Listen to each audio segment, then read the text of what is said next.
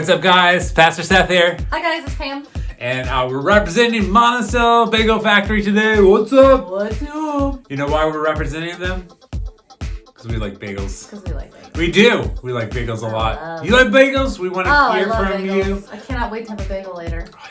Hey, yeah, so we kind of started, with the new COVID season. Everyone has routines changed up. Our new routine, since we don't meet in person on Sunday mornings, we haven't since March. We meet around a table.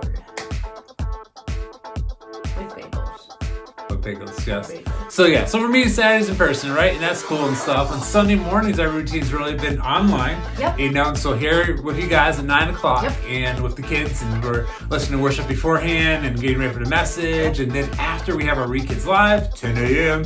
And then right after that, I'm on my way to Bagel Factory. Yep. Picking up our bagels. Picking up our bagels. Pam's getting some bacon ready because that's making the awesome. bacon. Making the bacon and You're all buying that stuff. the And so we have brunch. We have brunch with the family, and the kids love it. We love it. I love it. And yes, bagels are so good. I love bagels. So our order every Sunday at this point is 3 sesame. 3 sesame bagels. 3 sesame One for bagels. Pam, one for Genevieve today, and one for Genevieve tomorrow. 2 plain, one for Francesca today, one for Jessica tomorrow. 2 cheddar for Ruben today, One for today. tomorrow, and 1 I change up. Sometimes it's everything do. bagel. Sometimes it's a everything. French toast Sometimes bagel, it's which a is French toast. so good. Cinnamon raisin I had last week. Sometimes I like the blueberry ones, but I don't. Sesame, I'll have it once in a while. I like to change it up. And then Sebastian, he gets a mini bagel. Yeah, he gets He me. doesn't know He doesn't know. yet. Anyway, We don't buy him a bagel factory bagel. no, Nope. not. Not yet. He hasn't earned the right. Nope. Yeah. So what do you guys? We love to hear from you. What do you like to do Yeah. on Sunday mornings? Love to hear Sunday morning routine. Sunday morning routine. Does it evolve around bagels? That's it. We love to hear from you guys. I love And if you like bagels, I love living what's in a your place favorite bagel? where bagels are like kings. Yeah, I our love first I love it. community activity as Restoration Church here in Monticello was at the Bagel Festival. Yeah. I think that's awesome. So, Bagels are amazing. So what do you like on your bagel? I like, it depends. Cream cheese. You know, I'm cheese is pretty the best. simple. I'm Cream pretty cheese. simple, too. Or some butter. I just like some butter. You know, I'm just gonna tell you what I like is I like the cream cheese, and then I love putting jelly over the cream cheese. I do. That's good. It's like sweetens it up a little. You know what sweetens my bagel up a little bit? The French toast bagel. Yeah, it's sweet. Oh, it's sweet enough, isn't it? I was gonna say when you touch it. Aww. Yeah. But you're right, French toast is pretty sweet. It's a good one. Hey, what do you guys like? What do you your like? Bagel? How What do do you you like like? your bagel? Or you just don't like bagels? You have another Sunday morning routine. So- We want to hear from you. You know, Bagels, lox. What's it called? The stuff with the fish or something? that's lox, right? Lox. L-O-X. Yeah. Lox. Is that Does you anybody know doing what that is? I'm sure We it's should ask the. somewhere. You know, listen, we are in New York, and so true. so BEC, bacon, egg, and cheese. Oh, B-E-C. I was like, what in the world? BECSP. Okay. Salt and pepper. And ketchup. Bacon, egg, cheese, salt and pepper, and ketchup. Ooh, I like that. Yeah. B-E-C-S-P. Okay. Yes. So if you're from New York, you should know what those mean. And so I don't get it because I'm cheap, So we do our own BEC at the house. Yeah, that's true. But you know what? They have these bagels that are called pretzel bagels. I think those are. Sounds good. You know what? Listen, if you comment right now what your favorite bagel is, Ooh. we'll send one of you guys Where's a the computer? $5 Ooh. gift card to Monticello Bagel. Bagel, Monticello, And if you don't live in Monticello, sorry. Come visit us and we'll You take can you. get the boring bagels from wherever you live. Or you can come to Monticello and get the best We'll bagels hook you ever. up. We'll hook you up. Hook up. Listen, we're about to worship. Talking about Just hook go. up. We're going to be hooking up with Jesus in just a moment. Jesus and bagels Yes. is like Jesus and coffee to me. Yes. Now, coffee and bagels and Jesus, I should probably put Jesus first. Jesus, bagels, and coffee, can't go wrong. So worship with us. With some Jesus. Grab a bagel afterwards. You probably already got your coffee going. Probably. Yes, guys. And enjoy this time with us. And we look to hearing from you. So drop in the comments. We Drop want to in the hear from you comments. guys. All right, so God bless you, and bless we you guys. will see you soon. Thanksgiving's coming. Get your bagels. Get your bagels. Get them fast. Get 'em now. Get them warm. Get 'em warm. Let us know. Let us know. God bless.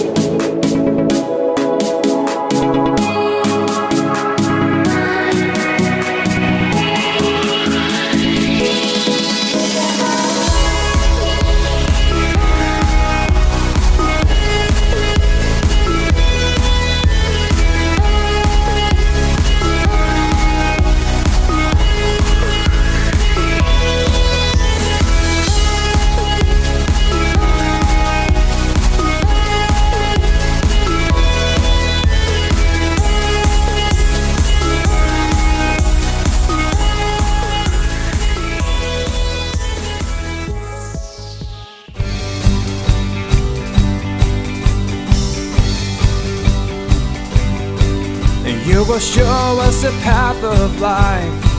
In your presence our joy is complete. You will show us the path of life, and we will sing. Yes, we will sing. At your hand our treasures will be. For all our needs, God, you hold the key. At your hand our treasures will be, and we will sing. Yes, we will sing. To you the glory, oh God, for you are holy, oh God. We lift our voices, oh God. Our joy is complete. Our joy is complete.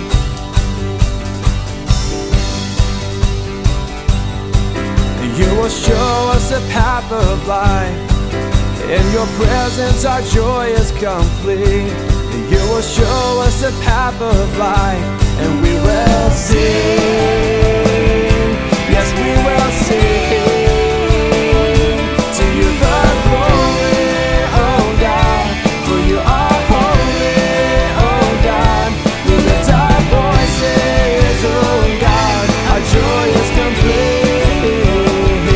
Our joy is complete. We are complete in you, oh God. Our voices we lift to you, our God. You will show us a path of life, and we will sing. Yes, we will sing. To you the glory, oh God. For you are holy, oh God. We lift our voices, oh God. Our joy is complete. To you the glory, oh God. For you are holy, oh God. We lift our voices, oh God. Our joy is complete. Our joy is complete.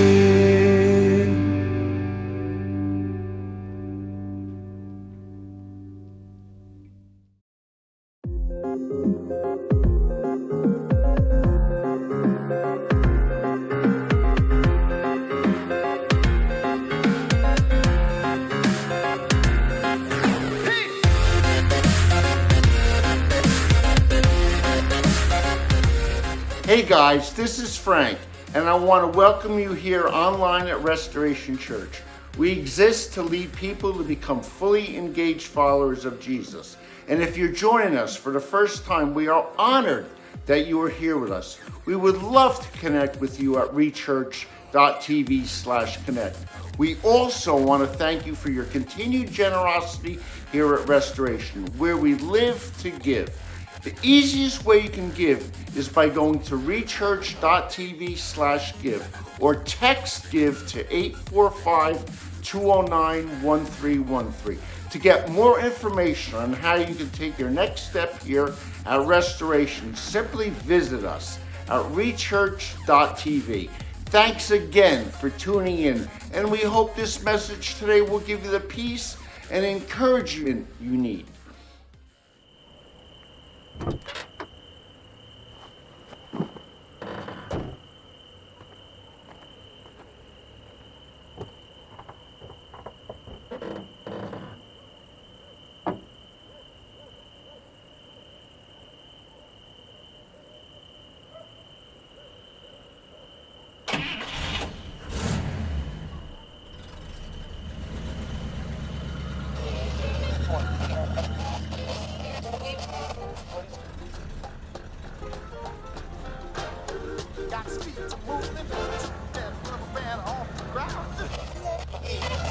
I don't know, I've just been through so much lately, and honestly, I feel so overwhelmed. Girl, listen, God will never give you more than you can handle, okay?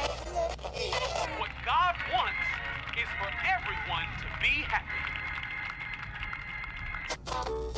So basically, all roads lead to heaven. And when you think about it, that just makes life easier. All right, listen, let me put it this way. I'm no saint, but I know I'm not as bad as some people.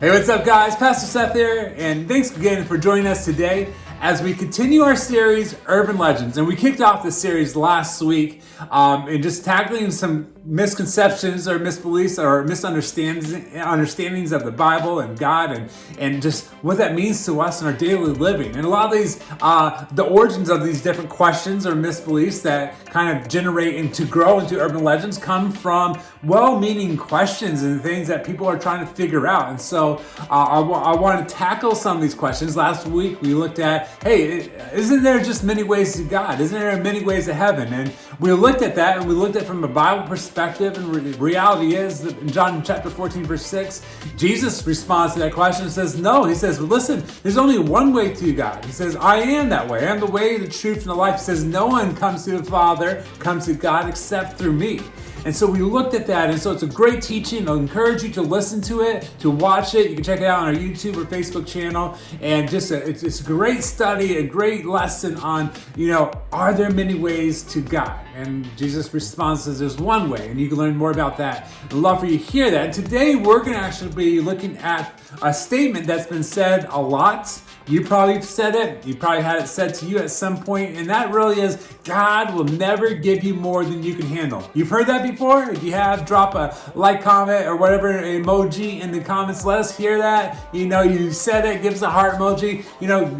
God will never give you more than you can handle. And listen, that sounds great, and I think our intentions in saying that's good, but how many of you have been so stressed out at times where your plate is not just full, but it's overflowing, and you don't know where to turn, and you're at your wit's end, your anxiety is at all-time high, and you're dealing with the fears of that situation, the fears of the unknown, and you're just trying to figure it all out, and you just don't know where to turn, and then you have a well-meaning friend, family member, a significant other come to you and say, hey bro, don't worry about it. God will never give you more than you can handle. And you in that moment want to handle them, right? You're like, what are you talking about? This is more than I can handle. Then you start thinking, what? Is something wrong with me? Does not, if God's never given me more than I can handle, but I can't handle this, is it my fault? Is it my problem? Does God not love me? And so we start thinking these things because the reality is we often have more than we can handle on our own. But I want to address that. So where does that come from? Where's the origin of that comment and that statement? I think it comes derived from not taking the Bible in context, right? And looking at the whole picture. We just take snippets. And if you just take a snippet and not the whole thing, you're going to be missing out on some very valuable teaching from the scriptures itself. And so in 1 Corinthians chapter 10, verse 13, I believe we get this God will never give you more handle statement from, because it starts off and it says, hey, listen, God's faithful. It says, and he will not let you be tempted beyond what you can bear. He will never let you be tempted beyond what you can bear. And it's basically a way of saying God will never give you more than you can handle. And we're like, see, it says it. It's right there. It's right in the scriptures. But it's not the end of it, because it says, hold on, wait a second. But when you are tempted, he says, he'll also provide a way out.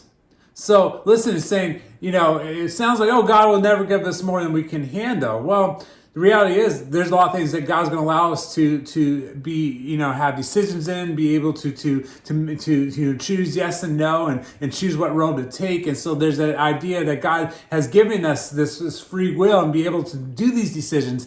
But there's going to be times, and almost, I was thinking on a daily basis, there's going to be situations that it's beyond us, that we can't control, that we can't handle on our own. But when those situations come up, it says, but God will provide a way out. So that urban legend of God will never give you more than you can handle, reality is it's more of, God will often give us more than we can handle. That's just a reality. He will often give us more than we can handle. And so you're like, oh man, I don't know if I want to hear that, because we can't handle it on our own, but we can handle it through him and the different principles he's given us. In fact, I'll go as far as say that it's a gift of too much. Having more on your plate than you can handle on your own is actually a gift, because God is teaching us through that. He's allowing us to learn through that. He's allowing us to depend on him and to seek him out first in all things. He's allowing us to prioritize and make sure we're doing the best things that we're called to do, to live up that calling that God has for me and for you. And so sometimes the gift, or God gives us the gift of too much. Sometimes God gives us the gift of too much. And yes, that can be an actual gift, the gift of too much. I want to read to you a story from the scriptures. We look at the story of Moses, and Moses was called by God to lead God's people, the Israelites, out of Egypt, out of slavery, and to lead them to the promised land. And we see they ended up being in the wilderness for 40 years, and through that time, they struggled. They struggled, to listen and trust God. They struggled to follow their leadership. They struggled to have faith in a little bit of things, and so they got to a point where we find this in the book of Numbers, where they're hungry and they're tired, and it all is falling on Moses' shoulders, and he is bearing the weight of it all. In fact, it actually says it's too much for him to carry. It's just so much. And so we read this in Numbers chapter 11, starting verse 13. It says, and Moses is speaking to God. He says, where can I get meat for all these people? He says, they keep wailing, they keep screaming, they keep yelling at me. They're like, Moses, come on, man, I got to feed my kids. They're starving, Moses. What are we going to do here? You let us out the wilderness to die? Like, what's the point? We were better off in slavery. We were better off in Egypt. And so they're wailing at Moses. They're questioning his leadership. They're questioning God and his goodness. And so Moses said, I can't do this. He says, and they're saying, give us meat to eat. He says, I cannot carry all these people by myself. He says, the burden is too heavy for me. It's just too much, God. It's too much for me. Now, if you were there in that day and you turn to Moses and say, hey, Moses, that's a gift. That's a gift from God himself. Moses probably would have handled him or handled you himself as well. What are you talking about? It's a gift. It's a burden. It's too much. But it actually is a gift. We're going to see this in the next verse, in verse 15. And he's speaking back to God. He says, so if this is how you're going to treat me, now Moses is kind of having a pity party on himself. He's like, it's too much. And then, and if this is how you're going to treat me, he said, just put me to death right now. Just end it all. Have you been there before? I can't handle this. Just let this be over. It's just too much. And we throw our hands and we quit. We want to walk away. This marriage is too much. You quit and you walk away. This Christianity being, whatever God's called you to do, the calling is too much. You try to walk away. You walk away from your family. It's just too much. And, we're very quick to jump, to quit, to call it quits, because we don't understand actually the gift of too much. And that it's a gift that God will often give us. And so God speaks back to Moses and says, hold on. He says, bring me 70 of Israel's elders. He says, it's too much for you. You're right. He says, it is too much just for you. He says, bring me 70 of your leaders, of your elders. He says, and I will take of the spirit that is on you and put the spirit on them. He says, I'm going to share the burden. He says, they will help you carry the burden of the people so that you will not have to carry it alone. This is why I say life is better together. It is. You're trying to carry the burden of everything you're dealing with on your own, and sometimes God gives us the gift of too much, so we can learn to depend on others and share that burden with others. Be able to know, that we have others praying for us. We have others looking out for us. That gift of too much, and it is truly a gift. So when you hear the saying, God will never give you more than you can handle, the reality is actually He will, and He often does. But in that process, He's teaching us, I believe, three things. He's teaching us three things that this is actually the gift of too much. The first is simply this. I think one of the things is He's actually teaching us to put something down. To put something down. The gift of too much, it can teach us to put something down. You're doing more than you're called to do. You're not called to do it all. And you're not called to take on the burden of the world. You're just called to seek the one. You're called just to be faithful where you're at. And I think with all the social media that's around us today, we weren't wired for to take us all in. We're watching the news from all around the world. We're in the locally and nationally, and it's just like our brain just can't handle it. And we're dealing with stress, and we're trying to figure out the world problems on our own, and on top of our own problems, and it's just too much. We weren't created for that.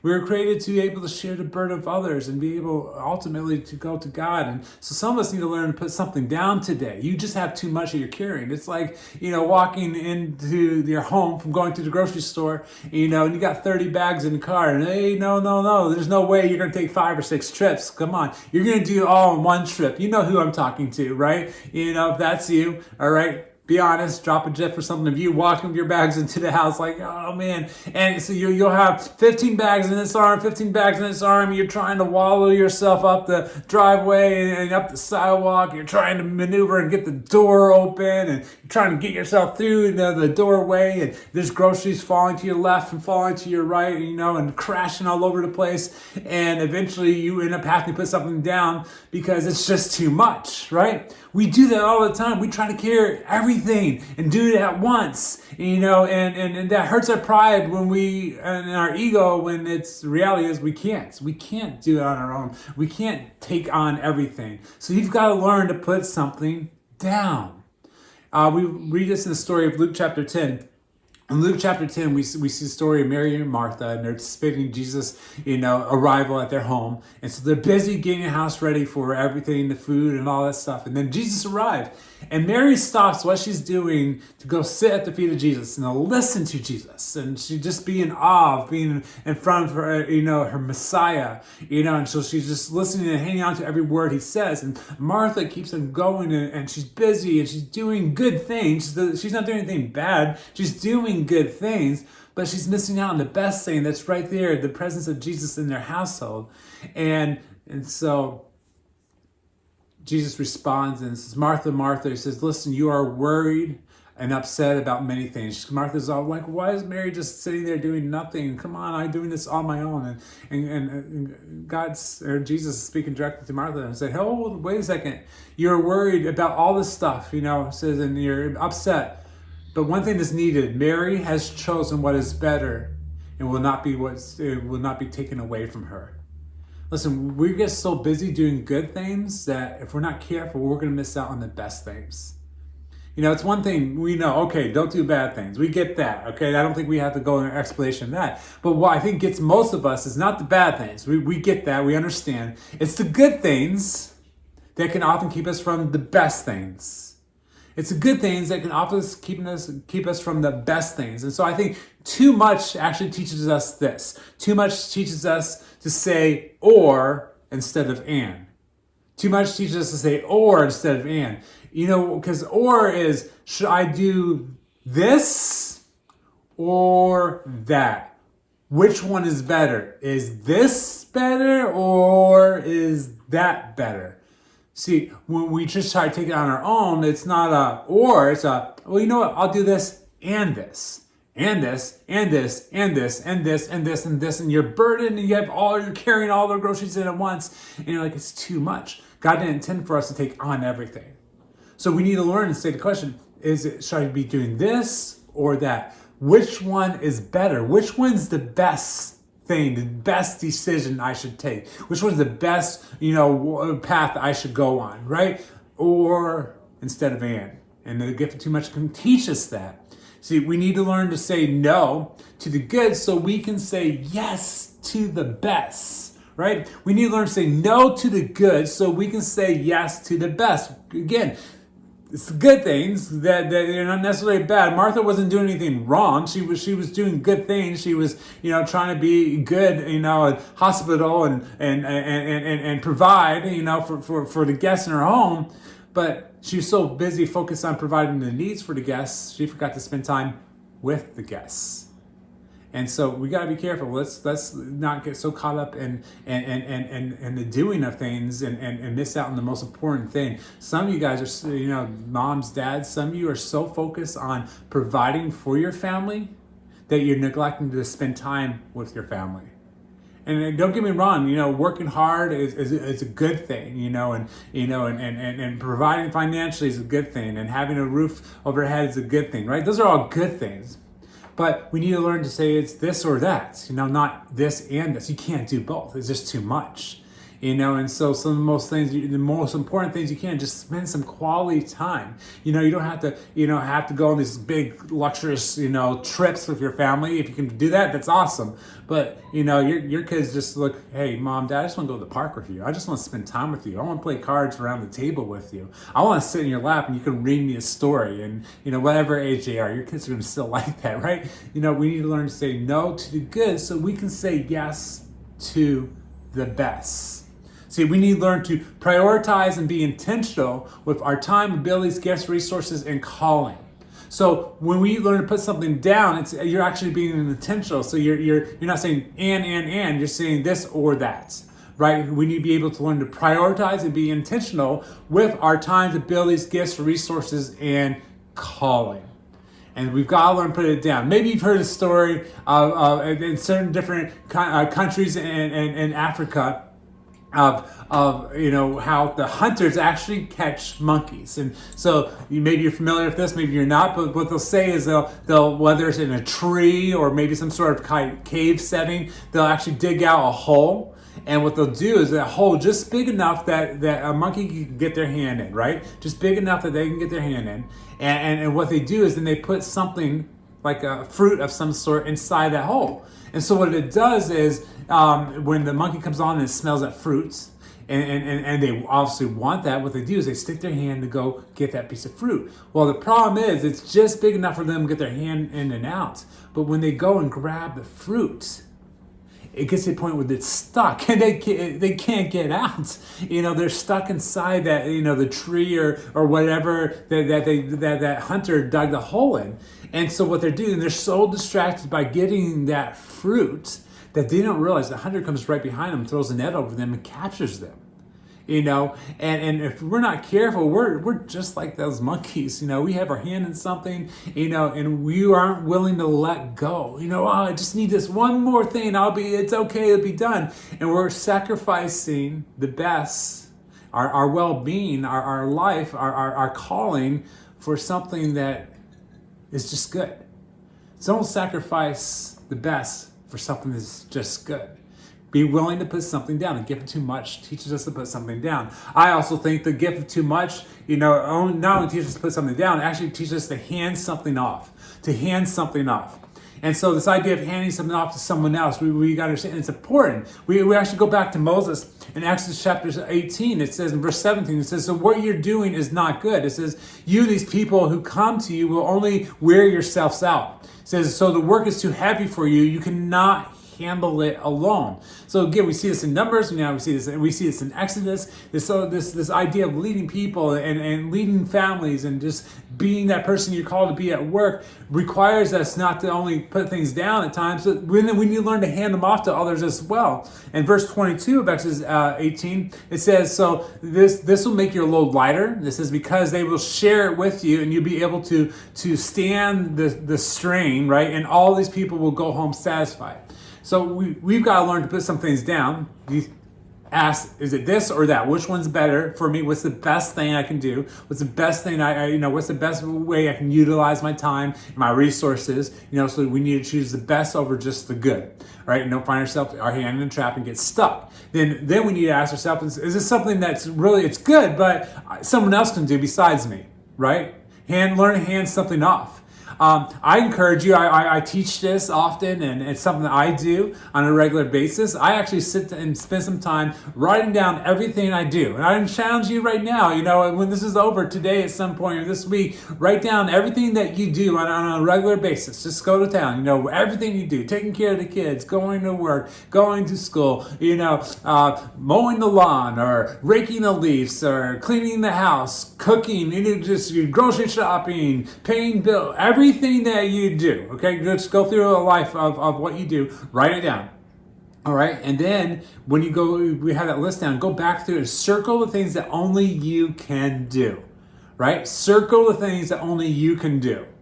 And then, if you want, then draw a line through the things that you probably shouldn't be doing in the first place, right? The good and the best. And then whatever's left, all right, because you circle the things only you can do. You cross the line out of things that don't necessarily need to be in your life in the first place. And then there's going to be some things left. Whatever is left, learn to hand those off to somebody else, right? Because you can only do the things that you can only do. If you're a mom or dad, you are that dad or that mom to your kids. No one can do that for you, right? If you are, whatever it is, so circle what only you can do, cross off what you shouldn't be doing in the first place, and then whatever's left, find someone that you can hand that off to. Don't just drop in a plate and run. Like, you might need to teach them and show them, but learning to hand something off to others. Mom and dad's families, learn to hand the burdens of the house and the chores off with each other. Singles, learn to find someone that can hold you accountable, someone that can love on you and you can love on them, and you may be able to hand some things off to each other. If you're serving in leadership within a church, as a pastor, I'm constantly learning that, hey, someone else can do this. And even if I, not sure if they can do it, to my liking, understandably, is most likely they'll actually probably do it better because they can commit way more than I can, right? And so you have to be willing to let things go, let it go, yeah, right? So we got to learn to hand things off to someone else. So write out a list what you can do, and circle the only things that you can do, no one else can do for you. Cross out the things that you really shouldn't be doing anyway, just wasting your time on. And then the other things, learn and find someone you can hand that off. You know what? Because we think, if I hand something off, it's just going to burden someone else. So I'm just going to add to their plate. Can I tell you, we're thinking in the wrong terms, because I believe when we hand something off to someone else, it actually empowers them. It empowers them. This is the beauty of the church, the beauty of the body of Christ. God will never give you more than you can handle. That's not true. God will often give us more than we handle, and it's actually a gift of too much, because He's teaching us to put some things down. He's teaching us to hand it off and teach others and train others and depend on others, and it actually empowers them to live out and be the person God's called them to be, and to live out the calling God's placed in their life. So giving out to others doesn't actually burden them. It empowers them, because it teaches them the same thing, and they're learning to say yes to the best, right? As well in this process. So it empowers us. We are better together. We are better together. So God's gift of too much, it teaches us to put something down. It teaches us to hand something off. And then I believe the third thing today, simply this, is it teaches us to give something to God. It teaches us to give something to God. So God will often give us more than we can handle. And when He does, it's a gift. You have to understand that it's a gift. And that gift will teach us to put something down. You can't take it all the groceries in and listen, get your hand out of the jar. Let go. Let go. It's just too much for you. Hand something off. Empower those around you. Hey, teach, it says, I do, you watch, right? And then it says, and I do, and you do with me, and then you do, I watch, and then you got it on your own. It's just that process. We're teaching people and empowering them and be more effective in that way. That's the beauty of the church, right? And be the church wherever you're at. Life is better together. Strive and thrive, baby. Right? That's what we're called to do. And then the third thing is then give something to God, right? Put it down, give it to someone else. And third and ultimately is then learn to give something to God. Psalms chapter 55 verse 22 says, so cast your cares on God. Cast your cares on the Lord. And it says, and he will sustain you. Cast your cares on the Lord, and he will sustain you. He's got you. He will take care of you. When your emotions are just running rampant, when you're mentally just drained and don't have anything else to give, when you're physically just empty and tired, and spiritually you're heavy and burdened, give it to God. When we can admit that it's just too much for us, when we go to God, the Bible says God will sustain us. He says, give us peace, he'll give us joy, he'll give us rest. Come on, some of us need some good rest today. We need rest in the presence of God today. That God, the God that we serve, will give us that rest. He will sustain us. In fact, that word cast comes from the word shalak.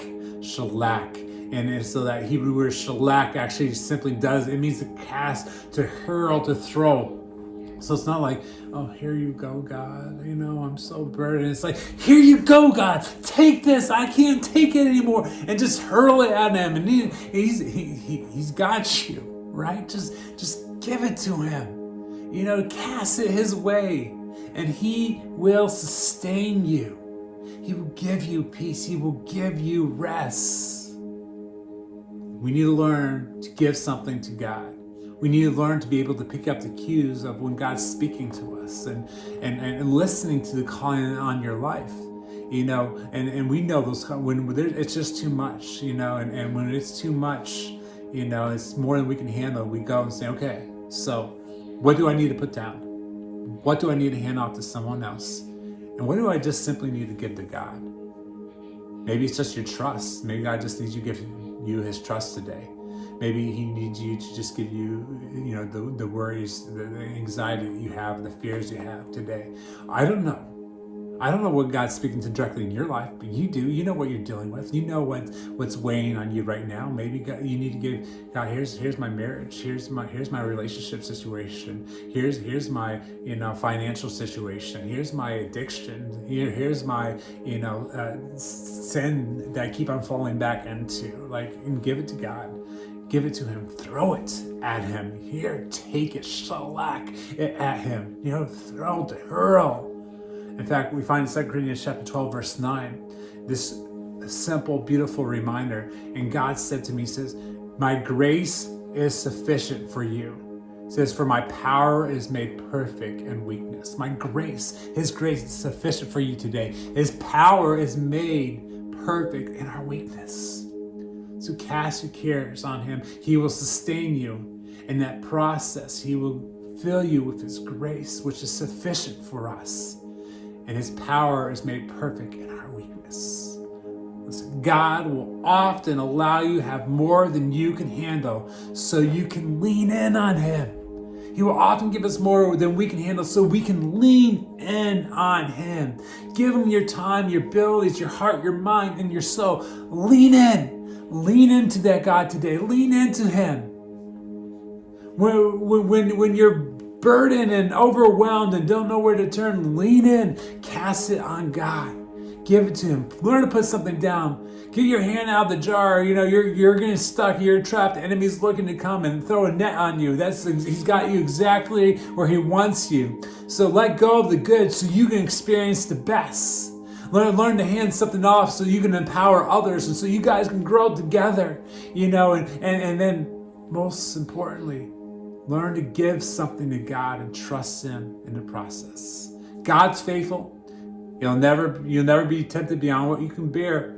But, however, when you are beyond what you can do on your own, he says he'll also provide a way out. Because God knows we're going to have those moments where you can't do it on our own. He says, I got you.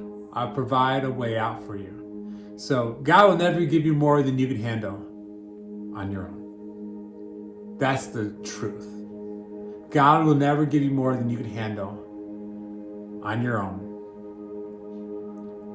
if you just trust him. Trust him. Cast your cares on him today. Let me pray for you. God, thank you for all you do for us, Lord. Thank you for the gift of too much, where it teaches us to put something down or hand something off or just give it to you. I pray today, those who are burdened, those who are overwhelmed, those who are just stressed out beyond belief can just learn to trust you, Lord, and just give you something today. Give you, maybe it's their lives, Lord, today. They've never received you in their life. That's the start. I just pray we can give you our life, give you our just everything we have. And Lord, I just pray we can trust you for our families, trust you for our kids, trust you for our marriage, trust you for our work situation, trust you for our finances, trust you in just everything we do. Lord, that we can learn to say no to the good so we can say yes to the best that you have for us. Thank you for your love for us. In your name, amen. Guys, thank you so much for joining us this week, and join us next week as we continue our series on urban legends and a little Thanksgiving style twist on it next week as well. God bless you guys, and yes, learn to trust in God in all situations, because at times He will give you more than you can handle, but He will also provide you a way out. God bless you. Thank you for joining us today. If you are new with us, or you said yes to Jesus today, connect with us at RECHURCH.tv/online and let us know how we can pray for you at RECHURCH.tv/prayer. And thank you for your continued generosity. We give out of the overflow of our heart. Giving is an act of worship that expresses our gratitude, faith, and love for others. You can give by texting GIVE to 845-209-1313 or online at RECHURCH.tv/give. For more information, visit us at RECHURCH.tv.